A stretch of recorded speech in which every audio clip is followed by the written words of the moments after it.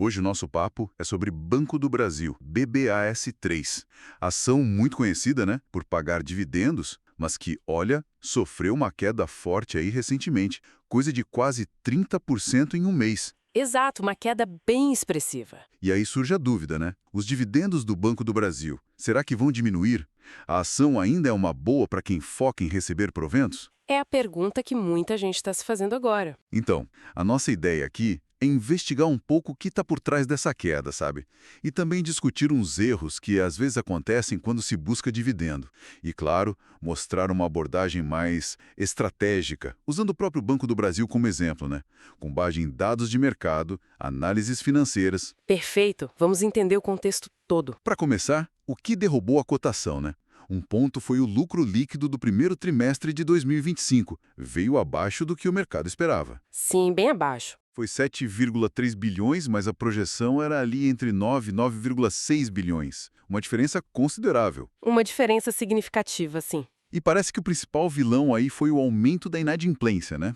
Principalmente no agronegócio. Exatamente. O índice de NPL, que mede os empréstimos problemáticos, né, no agro bateu 3%. E o índice geral de atrasos acima de 90 dias subiu para 3,86%. Isso acende um alerta. Com certeza. E olha, esse ponto é chave, porque NPL maior significa que o banco precisa guardar mais dinheiro para cobrir possíveis calotes. São as PDDs, as provisões.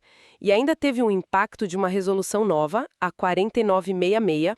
Ela exigiu mais provisão, quase 1 bilhão a mais na margem financeira bruta. Nossa. E o detalhe, mesmo para empréstimos que estavam em dia. Então, isso pegou pesado na margem. Imagino. Então, juntando tudo, Juntando tudo, a margem financeira bruta caiu mais de 7%. Isso afeta direto o ROI, o retorno sobre o patrimônio, que é um indicador super importante para banco. O ROI do BB, que sempre foi bom ali nos 21%, caiu para uns 16%. Perdeu aquela vantagem histórica sobre Santander, Bradesco e ficou abaixo do Itaú nesse indicador. A Selic alta pega o Banco do Brasil de um jeito particular.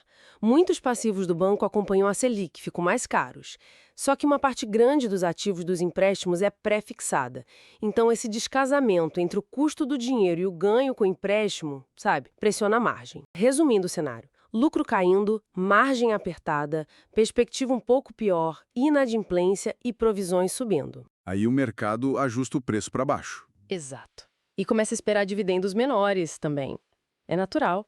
E falando em dividendos, aí entra aquele erro comum, né? Correr atrás da lista de maiores pagadoras do momento, só olhando o dividend yield atual. Ah, essa é clássica. O yield alto de hoje pode não se repetir amanhã. Pois é, a gente vê por aí, sem querer recomendar nada, claro, exemplos como Ciné ou Moar 3, que às vezes aparecem com yields gigantes.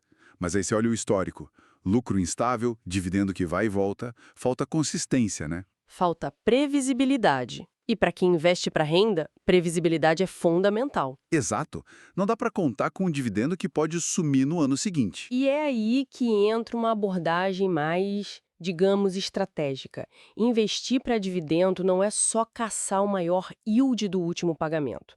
O ideal é ter um processo, critérios bem definidos, para achar empresas que pagam bem, de forma consistente, ao longo do tempo e que, muitas vezes, estão até baratas. E como seria esse processo na prática? Olha, um processo sistemático pode ter alguns filtros, né? Primeiro, liquidez. A ação tem que ser fácil de negociar.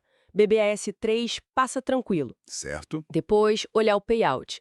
Qual fatia do lucro a empresa distribui? É o nível saudável? Sustentável? O próprio BB sinalizou 40% para este ano, mesmo com lucro menor. Isso é um bom sinal de compromisso. Aí, claro, consistência do lucro. O BB tem um histórico bem positivo nisso, apesar do tropeço recente. Outro ponto interessante é buscar baixa volatilidade no lucro por ação. Lucros mais estáveis geralmente levam a dividendos mais previsíveis. Faz sentido. E, por fim, a seleção pode ser baseada no dividend yield médio dos últimos anos. 3 anos, por exemplo. Não só o yield de agora. Ah, então a ideia é olhar mais o filme do que a foto. Exatamente. Porque o histórico de consistência, esses múltiplos critérios te dão uma chance maior de montar uma carteira com dividendos mais previsíveis e, quem sabe, até maiores que a média do mercado no longo prazo. Entendi. A busca pela solidez, pela recorrência. Isso. O yield de hoje é consequência. O importante é a capacidade da empresa de continuar gerando caixa e distribuindo. Tá, muito claro. E aí, voltando para o Banco do Brasil, como ele se encaixa nessa abordagem agora com esses desafios todos que a gente falou? Olha, mesmo com essa pressão no lucro, no ROI, e estudos que usam essas estratégias sistemáticas, o Banco do Brasil ainda costuma parecer bem ranqueado. Em um exemplo recente que vimos, estava como a segunda melhor opção, mesmo agora. Por quê? Por causa do histórico de lucros e do dividend yield médio dele ao longo dos anos. E tem outro ponto, a própria queda da cotação. Se o banco mantiver o payout de 40% sobre o lucro, mesmo que menor, o yield para quem compra agora pode ficar interessante. A queda no preço aumenta o yield potencial futuro, entende? Entendi. A relação preço-dividendo melhora com a queda da ação se o pagamento se mantiver percentualmente. Exato. É importante dizer, isso não é uma recomendação de compra isolada, né? É só para ilustrar como uma ação pode se comportar dentro de uma estratégia. Diversificação é sempre chave. Sempre. Fundamental. Bom, acho que deu para ter uma boa visão, né? Recapitulando rapidinho, vimos os desafios do Banco do Brasil, inadimplência, regulação, ROI mais baixo. Isso. Falamos do risco de focar só no maior dividendo do momento sem olhar a consistência. O perigo da yield trap. E destacamos a importância de uma estratégia mais robusta, com vários critérios, focando no histórico, na média, na previsibilidade. Exatamente. Um processo bem definido. E para quem está acompanhando a gente, fica aí uma reflexão.